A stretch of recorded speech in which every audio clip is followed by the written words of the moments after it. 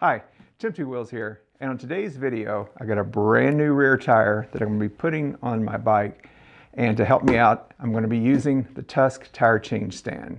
So stick around, we'll get started right after this.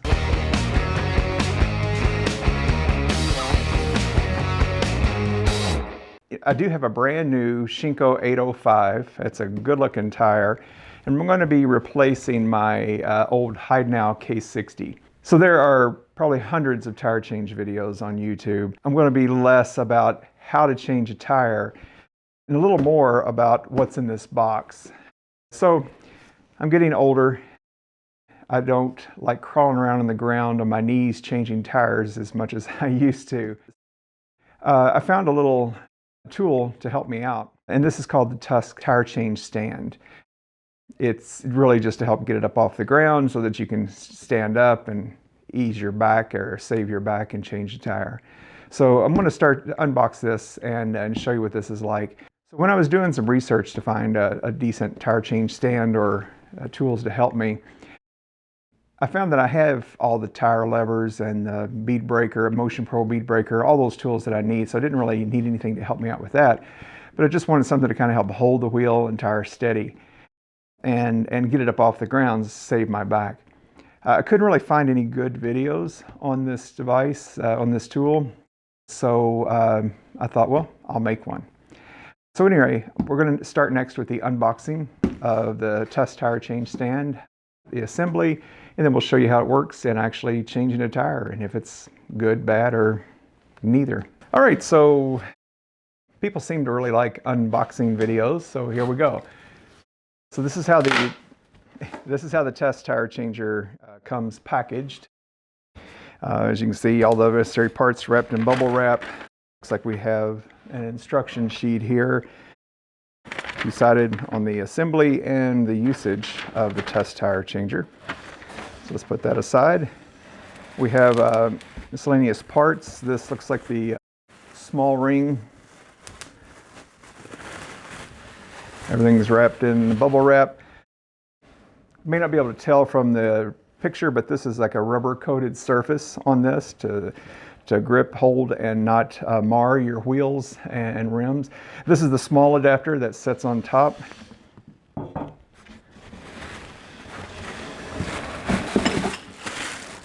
In this bag, looks like we have the actual center shaft itself that goes down the middle.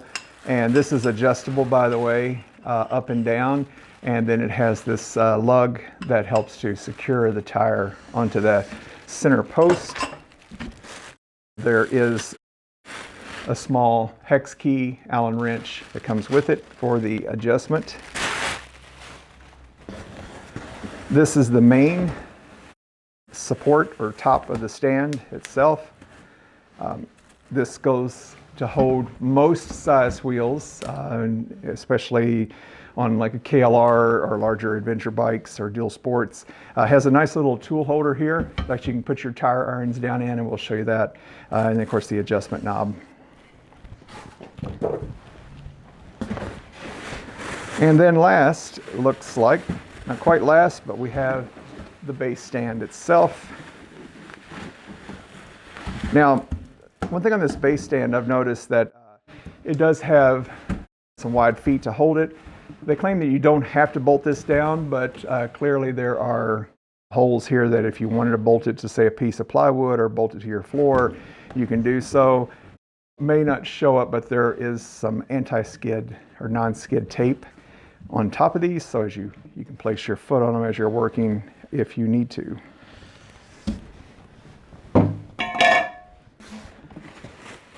And then the last piece in the box is the vertical tube that holds the main vertical adjustment for the center post. The kit comes with a little 3mm hex wrench, Allen wrench, and it's for set screws that are in a couple of the pieces here, and I'll show you. I happen to have a T-handle 3mm, and I'm going to use that just because I like it better, but the little hex wrench that comes with it works just fine. So in the base stand, to start with, you'll notice there are two hex or Allen set screws in here, and you just want to back those out to where the interior is flush, to where you can slide that inner tube down. So I'm going to set this down here on the ground. And the next part is this black vertical tube that has the adjustment knob in it.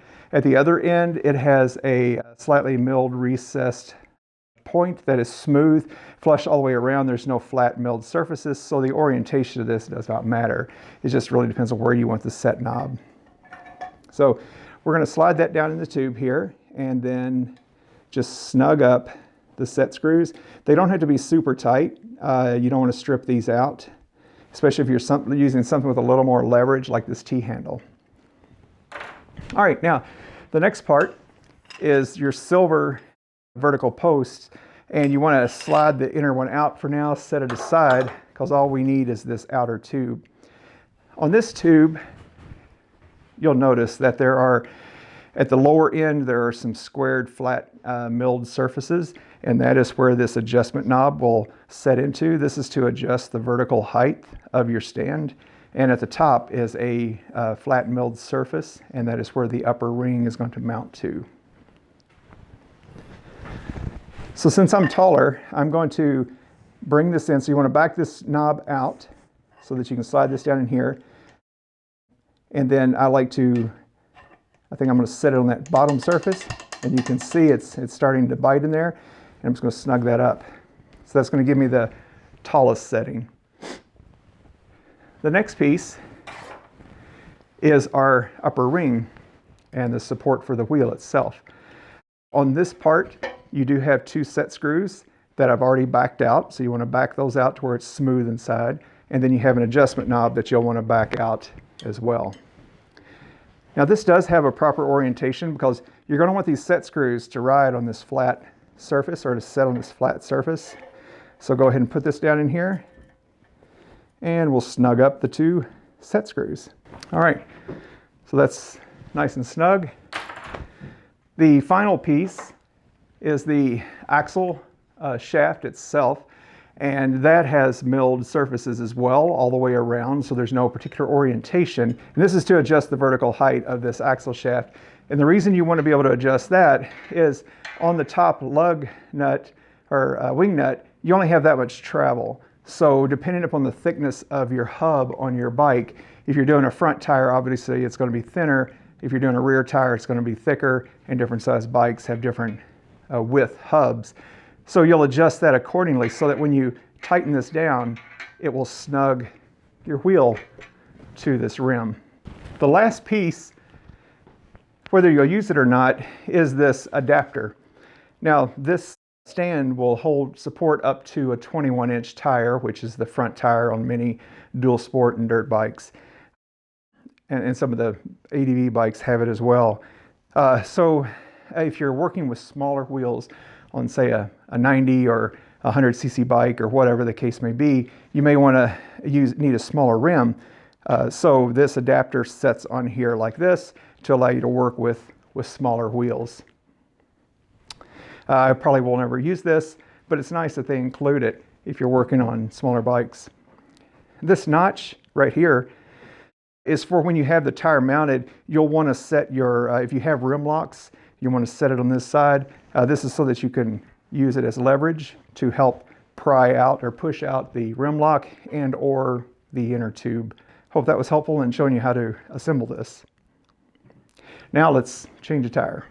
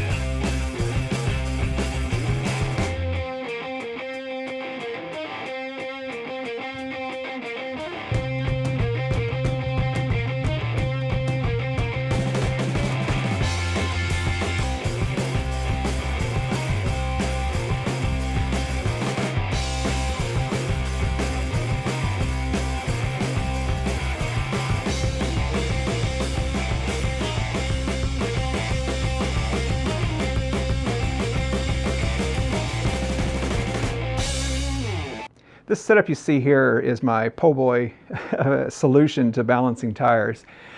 Someday I'll get a balancing stand if I keep changing tires. But for right now, I just didn't want to spend the money on it. And I've used this before. So what I do is I take a couple of jack stands and then I use the actual bike axle, the axle for the rear tire, and I use that as my cross piece.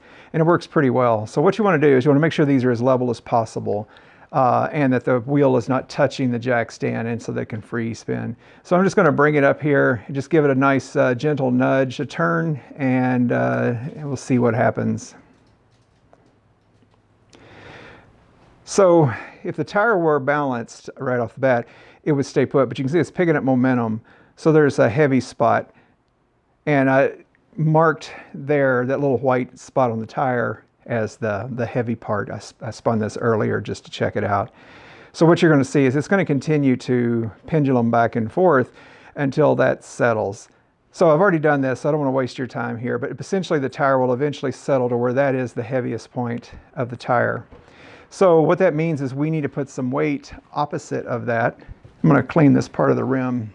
Now, I've ordered these weights from Rocky Mountain ATV. You can get them many places, your local dealer or probably eBay, Amazon, whatever.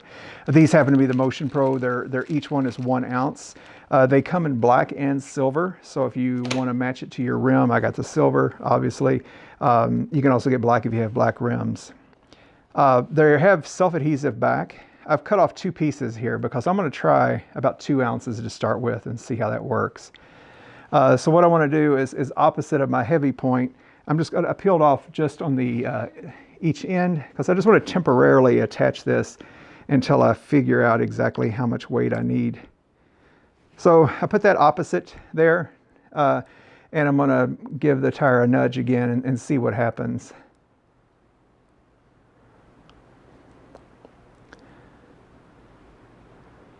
So it looks to be spinning fairly evenly, although it did settle with the weight toward the bottom. No, but it's still going. So I think this is still just a little heavy on this side, so I'm probably going to need about another ounce. It's getting close though. Right here we're about in the 3 and 9, so let's see what it does. And yeah, the original heavy spot's still winning. So let's grab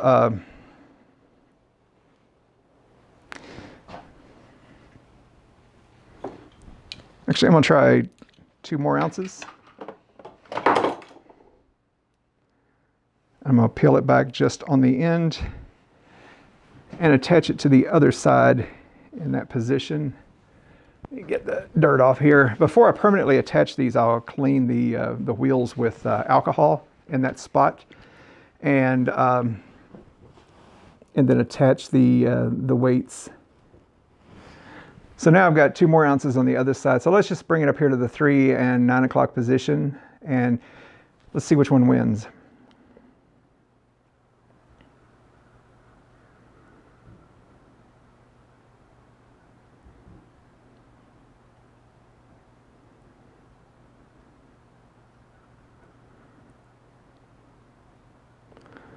Looks like it's still just barely heavier. Let's try this again here and see. Yep. It's enough to overcome the rotation.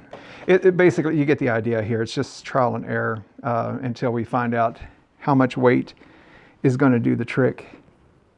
I'll attach these in the center. And let's try here again. Go to like the 3 and 9. And there we go. Nobody's winning. So I'm just going to give it a gentle nudge. And when it's balanced, it's just going to continue momentum here. Neither side is going to drop to the bottom. As you can see, what formerly was our heavy spot continued to rotate. And if it's still balanced, it's going to stay like that. It's not coming back to the bottom.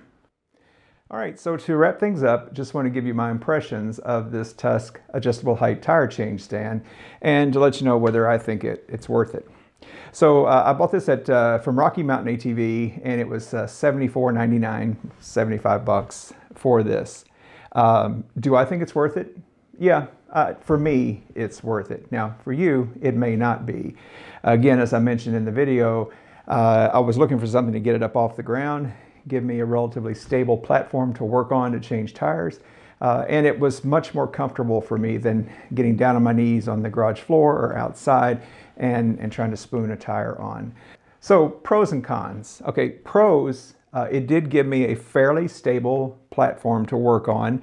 I like the way that the rings, the upper rings, are rubber coated. I'll just take this off for now. And to hold the tire, I like the way that the center bar is adjustable to account for various widths of hubs and to be able to lock it down and hold it securely. I like the fact that it has this smaller adjustable or smaller ring goes on top for smaller tires. Again, I may never use it, but it's still pretty cool that they included that. The stability was okay. You know, it's got the ability on the feet to, with the non-stick tape, to put your foot on it. And I found I did have to put my foot on it quite a few times to hold it steady. There are holes to mount it to your floor or to a piece of plywood or what other platform, and that would make it more stable. Also, this lower adjustment knob down here, I found that I kept having to tighten that up. You can see, I've got my foot on it, but you can see there's still some play side to side, front to back. It's pretty stable, but there is a little bit of play even with that tight side to side. Now I could probably shim down in there and make it more stable, but it works. So the tool tube over here, or to hold your spoons and tire irons and so forth, seems like a great idea. For me, it wasn't really that helpful. I ended up just laying my tools on my bench, which was right next to it. And also, it got in the way when I was trying to push the tire down off of the rim.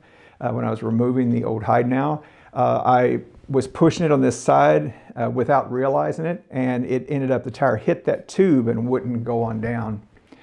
So once I rotated the wheel around and pushed off this side, it popped right off. So honestly, for me, the little tube is just in the way. However, if you were out working away from, because this is very portable, if you took it out with you, if you were out at a track or something, it might be handy to have a place to hold your tubes. So in summary, yes, I think it was worth the $75 to buy it. I'll keep changing my tires, and for me, it was a worthwhile addition to my shop. Before I wrap up, I wanted to say a couple things about the new tire. So as you saw, I was putting a new Shinko 805 on the back of my KLR, and I'll have to say I took that tire out and rode it around, and I really like it. On the road, it was very smooth. It's also much quieter than the Hide Now K60 was. So far, that's looking pretty good. I did only manage to get it off in the dirt a little bit, gravel, dirt road, forest road, and it hooked up very nicely, felt very secure. I didn't feel any side-to-side wobbles, so I think overall it's going to be a great tire. All right, so I hope this video helps you see this. It also helps with the very quick fast-forward tire change. Again, there's many videos out there on how to change a tire. I'm not the world's best at changing a tire. I don't like to change tires, but I do it to save some money. Also, the balancing. I thought the balancing of the wheel might be something that would be of interest to you guys if you don't have a wheel balancer and you want to see how to do it. That's how I do it. So anyway, this is Tim 2 Wheels. Thanks for watching.